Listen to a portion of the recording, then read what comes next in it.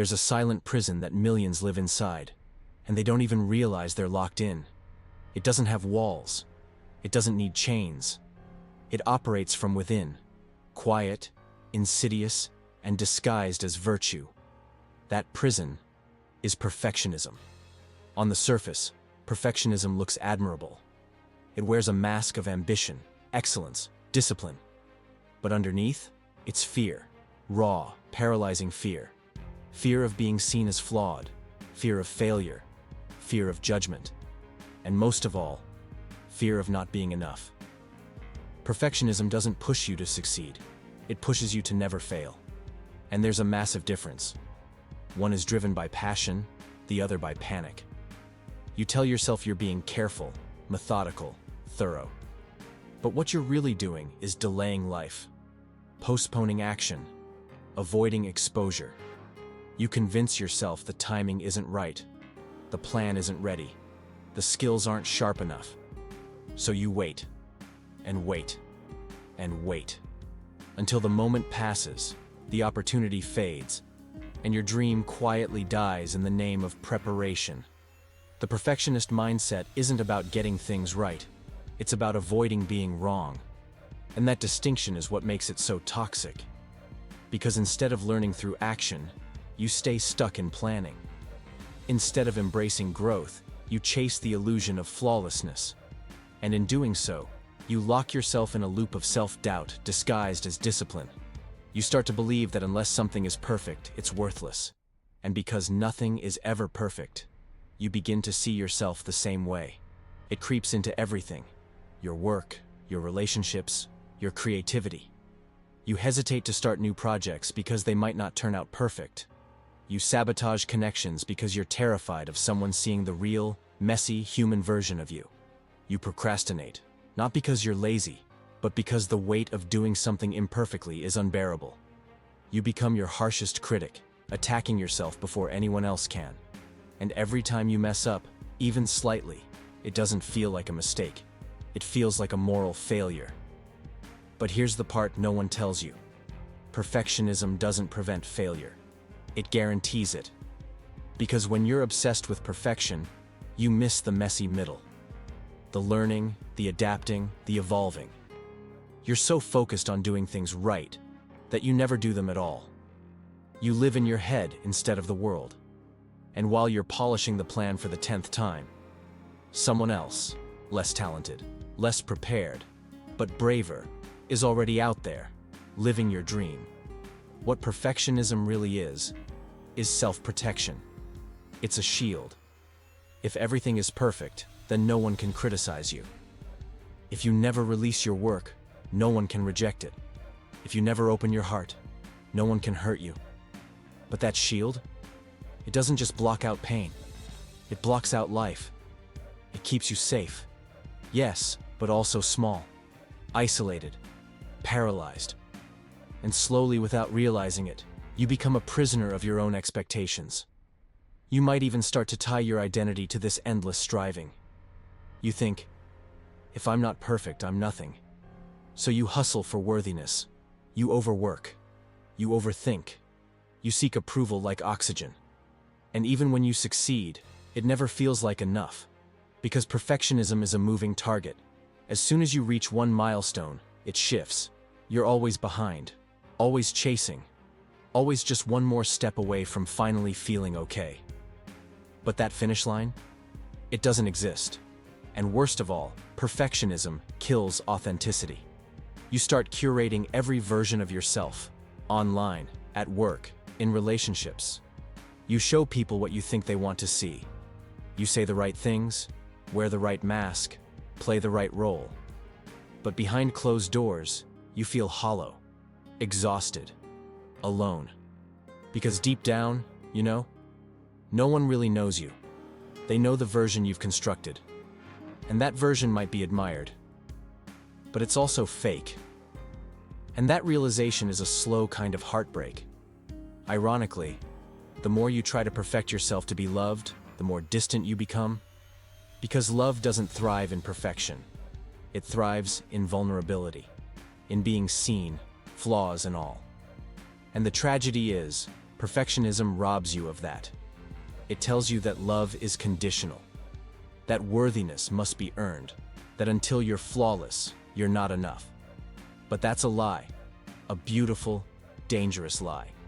Because what truly connects us, what makes us human, is our imperfections, our cracks, our struggles, our stories. The truth is, perfectionism doesn't just hold your life hostage, it holds you hostage. The real you, the bold you, the creative, curious, messy, and magnificent you. And the longer you stay trapped, the more your light fades, until you forget what it even felt like to be free. There comes a moment when you stop and realize, this constant striving has become exhausting. You've bent yourself into shapes you were never meant to fit. You've rewritten your personality to match expectations that were never your own. You've walked on a tightrope of perfection so long that you've forgotten what solid ground feels like. And now, standing at the edge of burnout, you ask yourself a terrifying but necessary question. What if I just let go? Let go of the obsession with flawless performance. Let go of the fear that you must always impress, always win, always be right. Because here's what they never teach us. Letting go isn't weakness. It's freedom. It's reclaiming your power from standards you never agreed to. It's realizing that imperfection doesn't diminish your value. It reveals your courage. There's a quiet rebellion in embracing good enough, in choosing done over perfect, in finishing the project, even if it's rough around the edges, in saying how you truly feel, even if your voice shakes, in showing up as you are, without apology or disguise. That rebellion? That's how you begin to take your life back. What perfectionism robs you of is experience. It steals the joy of being in the moment. Because when you're constantly editing yourself in real time, you're never really living. You're observing, calculating, judging.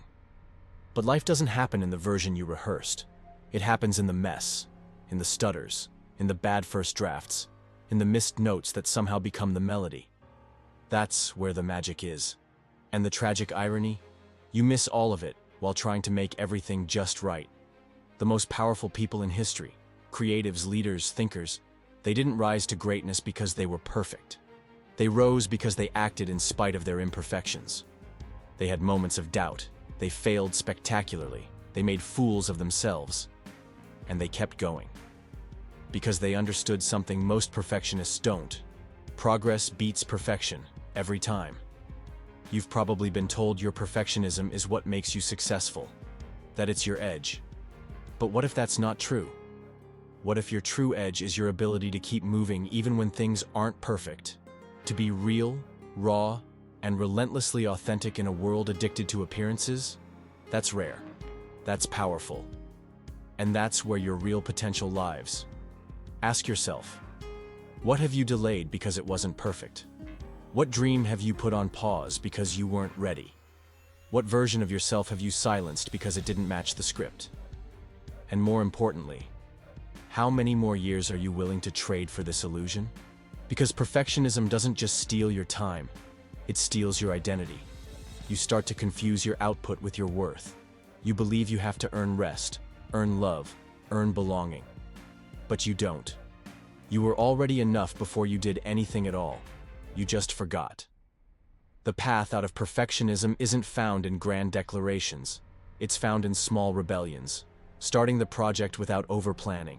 Speaking up before you have the perfect words. Posting the art, the video, the idea. Even when you're unsure. Saying no without giving 10 reasons. Saying yes without overthinking. Every time you choose authenticity over approval, you chip away at the chains. You return to yourself. And here's something even more powerful. When you stop demanding perfection from yourself, you stop demanding it from others. Your relationships change. You become softer, more understanding, more human. You allow people to be flawed, to grow, to be seen. And in doing that, you allow yourself the same grace. That's how you create real connection. Not through performance, but through presence. Eventually, you stop needing to be the best. You start wanting to be whole. That shift changes everything. You move from anxiety to alignment, from performance to purpose, from fear to freedom. And in that space, life starts to feel lighter. Not because you've done less, but because you're no longer dragging the weight of impossible expectations behind you. So what happens when you stop chasing perfect? You start living. You create freely, without obsessing over how it will be judged. You speak honestly, without scripting every sentence in your head. You love boldly, without calculating your vulnerability. You walk into rooms without shrinking. You take up space, not because you're flawless, but because you finally believe you're allowed to. That's the life on the other side of perfectionism. One where you're not just surviving the pressure, you're rewriting the story entirely. One where your self-worth is no longer held hostage by your achievements, your image, or your mistakes. One where your value is rooted in your existence, not your performance. And it all starts with this choice. Stop worshiping perfection. Start embracing what's real. Because the real you, the one with bruises, quirks, scars, and soul, is far more powerful than the perfect mask you've been wearing. If this message hit home, take a deep breath. You don't need to fix yourself, you need to free yourself. And if you're ready to keep building that freedom, consider subscribing. This channel is for those who are done performing, done pretending, and ready to live with radical truth and power. Hit that subscribe button, turn on the notifications, and let's keep rewriting the story together. One imperfect, extraordinary step at a time.